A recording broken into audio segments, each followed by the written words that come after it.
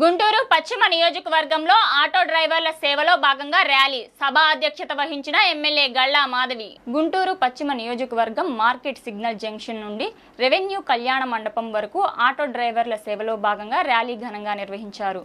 అనంతరం జరిగిన సభకు ఎమ్మెల్యే శ్రీమతి గళ్ళా మాధవి అధ్యక్షత వహించి ప్రసంగించారు.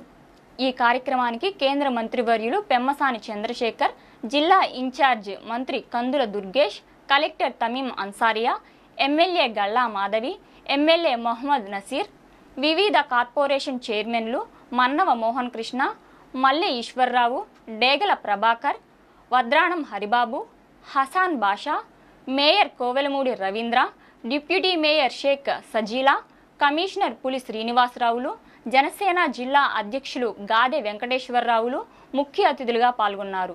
ఈ సందర్భంగా గళ్ళా మాధవి మాట్లాడుతూ, ఆటో డ్రైవర్లు ప్రజల నిత్య జీవితంలో కీలక పాత్ర పోషిస్తున్నారు. అందుకే మీ సేవలకు గౌరవం ఇవ్వడం ప్రభుత్వ ధర్మమని ఎమ్మెల్యే గళ్ళా మాధవి పేర్కొన్నారు. గతంలో ఉచిత బస్సు పథకం వల్ల ఆటో డ్రైవర్లు నష్టపోతారని తప్పుడు ప్రచారం చేశారు. కానీ నేడు చంద్రబాబు నాయుడు గారు అడగకుండానే ప్రతి ఆటో డ్రైవర్ ఖాతాలో సంవత్సరానికి 15,000 రూపాయలు జమ చేయడం ద్వారా కూటమి ప్రభుత్వం పేదల పట్ల తనకున్న నిబద్ధతను చాటుకుందని అన్నారు.